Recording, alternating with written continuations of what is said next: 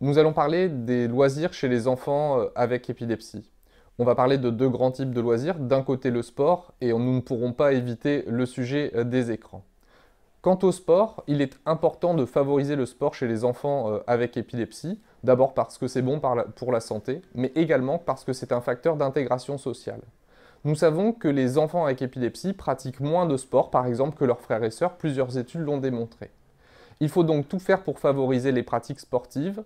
Si ces pratiques sont limitées, c'est parce qu'il y a une crainte par rapport au risque de crise. Il faut donc prendre en compte différents facteurs. D'abord, quel est l'âge et l'autonomie de l'enfant? Si l'on a peur de la piscine mais que l'enfant est âgé de 2 ans, forcément personne ne laissera cet enfant dans un grand bassin.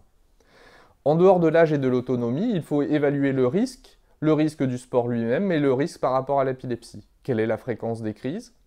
À quel moment surviennent les crises? Si toutes les crises surviennent pendant le sommeil, le risque de crise pendant l'activité sportive est faible. Si la fréquence des crises est faible, si le patient n'a pas eu de crise depuis plusieurs mois, de la même façon, le risque est assez faible. On va donc appliquer ce raisonnement quant à l'âge et l'autonomie, le risque du sport et le risque par rapport à la maladie, à différents types de sports, et on pourra les classer avec des faibles risques, des moyens risques ou des très hauts risques.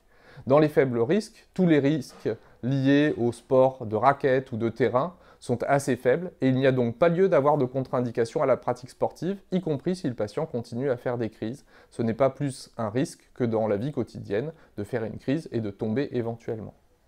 Il existe des sports avec des risques qui sont plutôt moyens, par exemple comme la pratique de l'équitation. Tout va dépendre du type et du niveau de l'enfant dans la pratique sportive, mais également de la fréquence des crises. Il y a des sports à haut risque, et ces sports à haut risque sont liés au fait qu'une seule crise peut avoir un risque important. Et dans ce cas, par contre, la pratique sportive peut être contre-indiquée, mais cela finalement touche assez peu les enfants. La plongée sous-marine avec bouteille, les sports automobiles. Si vous ne savez pas, dans le cadre de la pratique sportive, il faut dans tous les cas demander l'avis à votre médecin qui, lui, sera vous guider, faire les certificats et éventuellement expliquer une contre-indication à votre enfant. Concernant les loisirs, on ne peut pas passer sous silence les écrans qui sont beaucoup utilisés aujourd'hui, parfois même plusieurs en même temps par les enfants. Il est souvent noté dans les notices, soit des jeux vidéo, soit de différents écrans, télé, tablettes ou autres jeux vidéo portatifs pour les enfants, qu'il existe une contre-indication ou un risque pour les enfants avec épilepsie. Ce risque n'est pas de zéro, mais il est assez rare finalement quand on regarde l'ensemble de la population des enfants avec épilepsie. Les crises déclenchées sont finalement peu fréquentes.